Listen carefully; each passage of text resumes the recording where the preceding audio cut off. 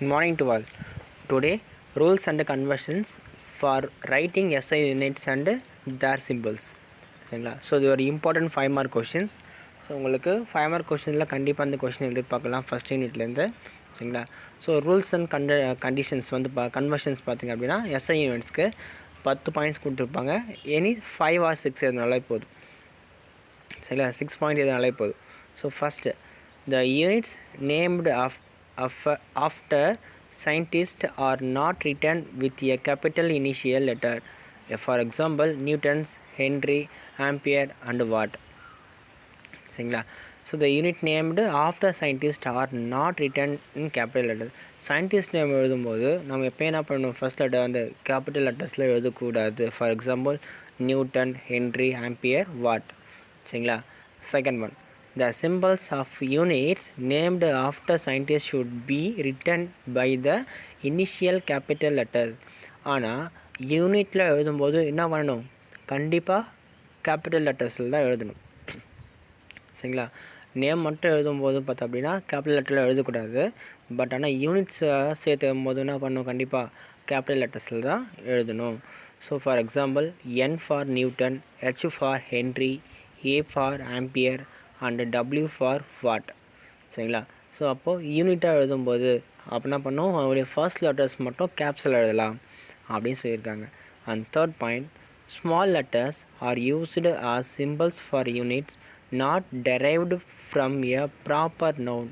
For example M for metre, kg for kilogram. சரிங்களா? So அப்போ என்ன பண்ணலாம், கிலோகிராம் அப்படின்னு சொல்லலாம், கேஜி அப்படின்றத கிலோகிராம் அப்படின்னு எழுதலாம். ஓகேங்களா? ஆனால் ப்ராப்பர் நவுனில் எழுதும்போது நான் சொல்லுவேன்னா கேஜினா கேஜின்னு போட்டாலே போதும், எம்னா எம் மீட்டர் அப்படி சொல்கிறாங்க இல்லையா, அந்த மாதிரி போட்டாலே போதும்னு சொல்கிறாங்க. Next fourth one, no full stop or other punctuations marks should be used with or the end of symbols. சரிங்களா? ஸோ நம்ம எழுதும்போது எண்டில் என்ன பண்ணணும்னா எந்த ஃபுல் ஸ்டாப்போ இந்த கம்மா கொட்டேஷனோ வைக்கக்கூடாது. சரிங்களா? ஸோ 50 மீட்டர்னா 50 மீட்டர்ஸ் அவ்வளோதான். ஓகேங்களா? Next one, the symbols of the unit are not expressed in plural form. சரிங்களா? ப்ளூரல் ஃபார்மில் எழுதக்கூடாது, அதாவது சிங்கிள் ஃபார்மில் தான் எழுதணும். அப்படின்னா 10 கிலோகிராம் இல்லை 12 கிலோகிராம்ஸ் எஸ் சேர்க்குறாங்க இல்லையா, ஸோ அந்த மாதிரி எழுதக்கூடாது. ஒன்று 10 கிலோகிராம்னா 10 கிலோகிராம் மட்டும் தான் எழுதணும். சரிங்களா?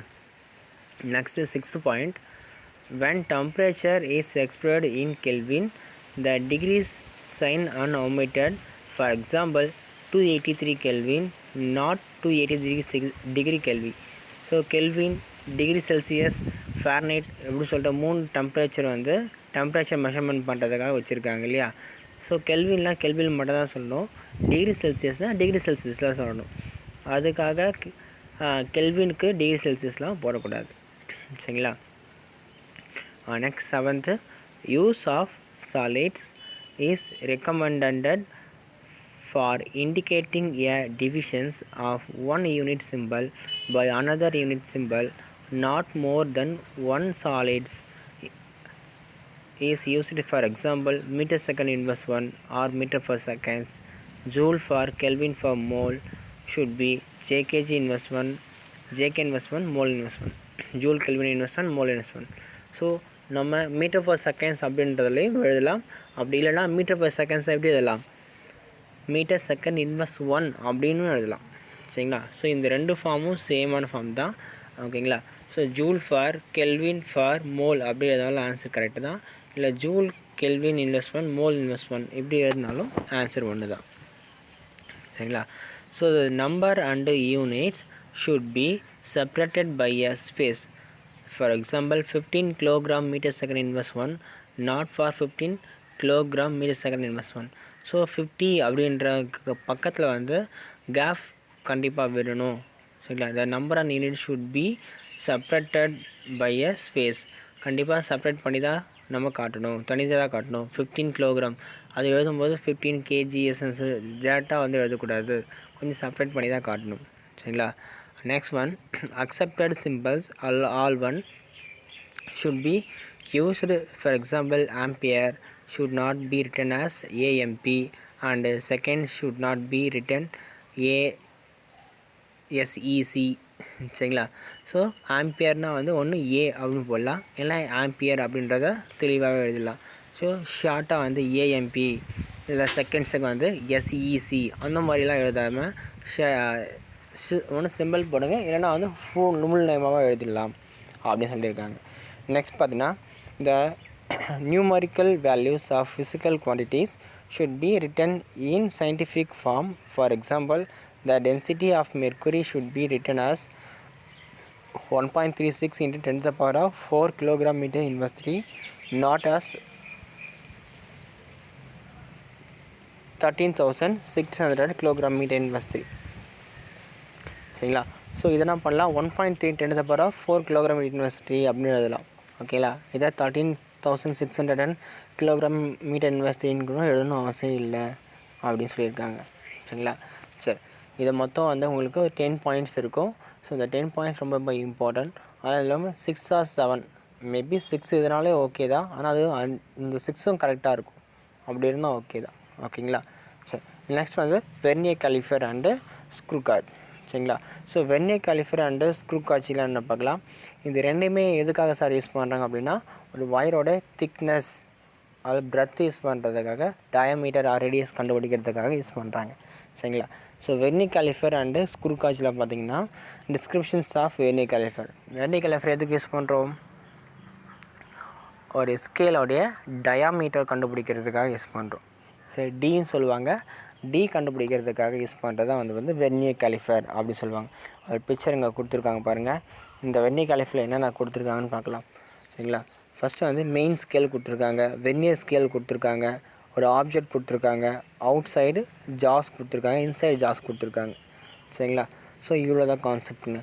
இதில் என்னென்ன இருக்குது அப்படின்னு பார்த்தோன்னா, ஃபஸ்ட்டு வந்து லீஸ்ட் கவுண்ட்டு தெரிஞ்சிருக்கணும். சரிங்களா.